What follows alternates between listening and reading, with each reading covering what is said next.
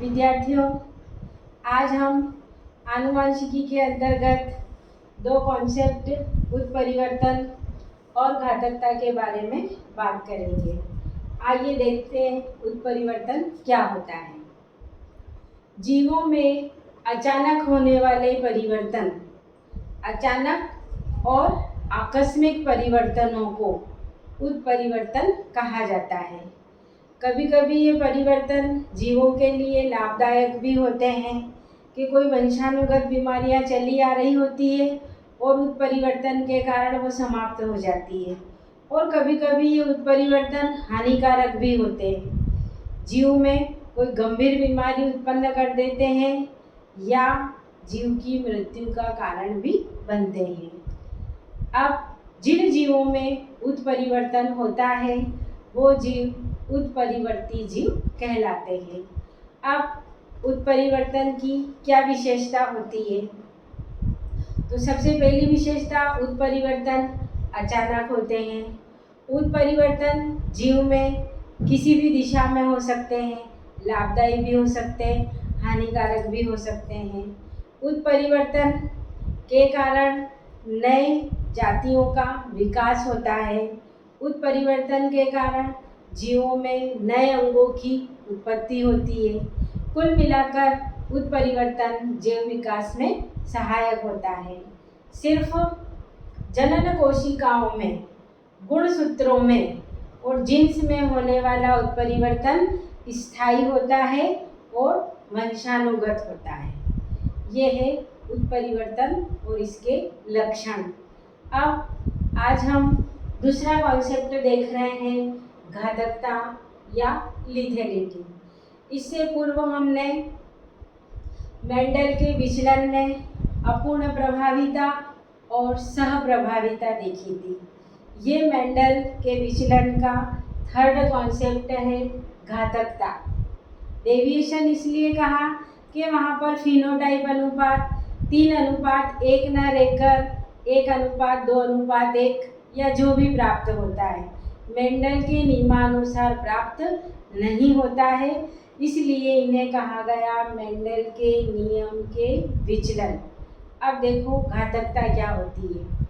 सभी जीवों में कुछ ऐसे जीन पाए जाते हैं जो उस जीव की उत्तरजीविता और उसके फिनोटाइप को प्रभावित करते हैं, और कभी कभी ये जीन उस जीव की मृत्यु का कारण बन जाते हैं।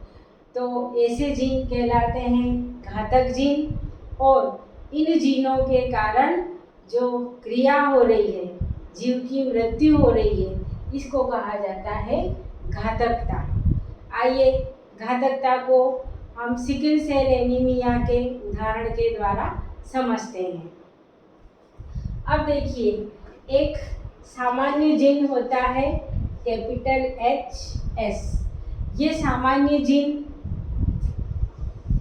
गोल आकार के RBC उत्पन्न करता है। ये गोल आकार के लाल रक्त कणिकाएं, ठीक है। जबकि एक होता है अप्रभावी जीन HS। ये अप्रभावी जीन सिकल आकार के, ये इस तरीके से जो हंसिया होती है, सिकल आकार, हंसिया के आकार के RBC उत्पन्न करता है। अब देखो यहाँ पर क्या होता है, सिकल आकार के RBC के ऊपर मलेरिया का परजीवी सर्वाइव नहीं कर पाता है, लेकिन ये लोग जीवन भर एनीमिया से पीड़ित रहते हैं। जबकि गोल आकार के RBC के ऊपर मलेरिया का परजीवी प्लाज्मोडियम जीवित रह जाता है, और इन्हें जीवन में जब तक मलेरिया का सामना करना पड़ता है, लेकिन इनको एनीमिया बहुत कम स्थिति में होता है। ये मुख्य डिफरेंस है। अब आइए हम घातकता की वंशागति की देखते हैं। अब ये जो सिकल आकार के लिए जिम्मेदार है अप्रभावी जीन HS, ये यदि समयुग्मजी अवस्था में है, जब एलील के दोनों कारक एक जैसे होते हैं तो उसे कहा जाता है समयुग्मजीय अवस्था। तब जब ये अप्रभावी जीन स्मॉल एचएस समयुग्मजीय अवस्था में आता है तब ये अपना प्रभाव प्रदर्शित करता है, कौन सा, घातकता का, और जीव की मृत्यु का कारण बनता है। लेकिन यदि किसी जीव के अंदर ये कंडीशन है, capital H S small H S, ये विषम युग्मजीय अवस्था है, हेटेरोजाइगस स्टेज है, यदि ये अवस्था रहती है तो व्यक्ति के अंदर कैसे आरबीसी रहेंगे, सिकिल आकार के आरबीसी रहेंगे। लेकिन ये सिकिल सेल एनीमिया के कैसे रहेंगे, वाहक रहेंगे, और व्यक्ति अपना सामान्य जीवन जिएगा। अब देखते हैं घातकता किस तरीके से दूसरी पीढ़ी में पहुंचती है और जीव की मृत्यु का कारण बनती है। देखिए, ये लिखा हमने capital H S small H S, ये है विषम युग्मजीय अवस्था। इसका क्रॉस भी हम विषम युग्मजीय अवस्था वाले जीव से ही करवा रहे हैं। ये विषम युग्मजीय, अब देखिए, ठीक, अब गैमेट बनेंगे इनके, ये गैमेट बने हैं capital H S small H S, इसके गैमेट बने capital H S small H S, लिखेंगे हम यहाँ पर इनको गैमेट। ठीक, अब देखिए इनमें फ्यूजन हो रहा है, ये रहा एच एस, फिर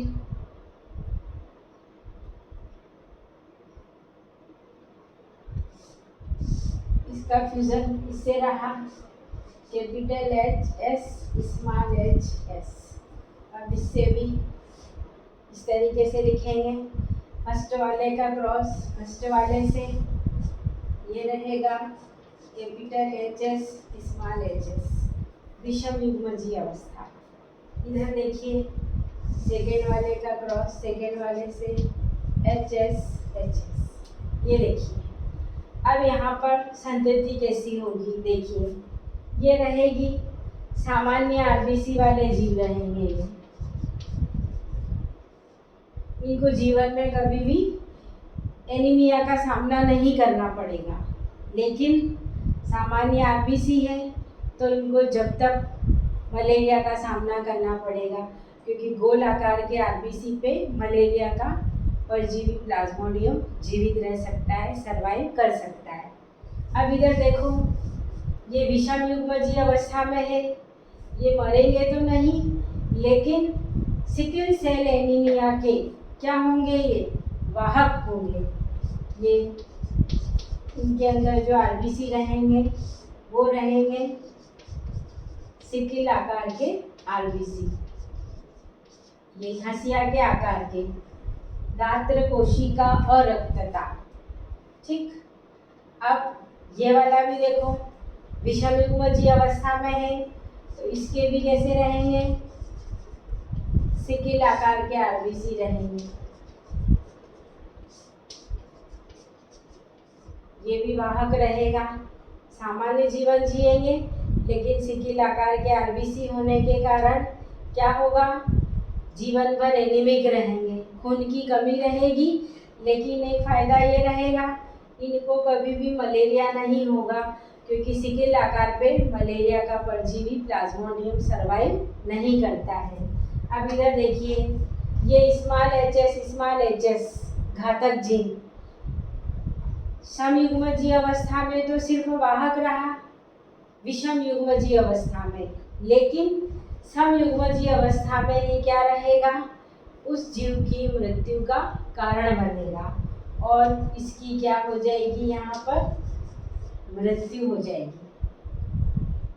अब यहाँ देखिए जीवित संतति क्या रही, दो तो ये रही सिकल आकार की, यानी इनका जो फिनोटाइप रेशियो है, देखिए आप फिनोटाइप रेशियो लिखेंगे हम, फिनोटाइप रेशियो क्या हो गया? मेंडल के अनुसार 3:1 आना था, लेकिन यहाँ देखिए 2 तो ये मिले और एक ये रहा, मीन्स 2:1। यानी यहाँ पर मेंडल के नियम का जो एक संकर क्रास का अनुपात था 3:1 वो डिस्टर्ब हुआ। क्यों हुआ? ये कि विषम युग्मजीय अवस्था में ये जीन वाहक रहा और समयुग्मजीय अवस्था आने पर ये उस जीव की मृत्यु का कारण बना। तो ऐसे जीन कहलाते हैं घातक जीन और इस प्रोसेस को कहा जाता है घातकता।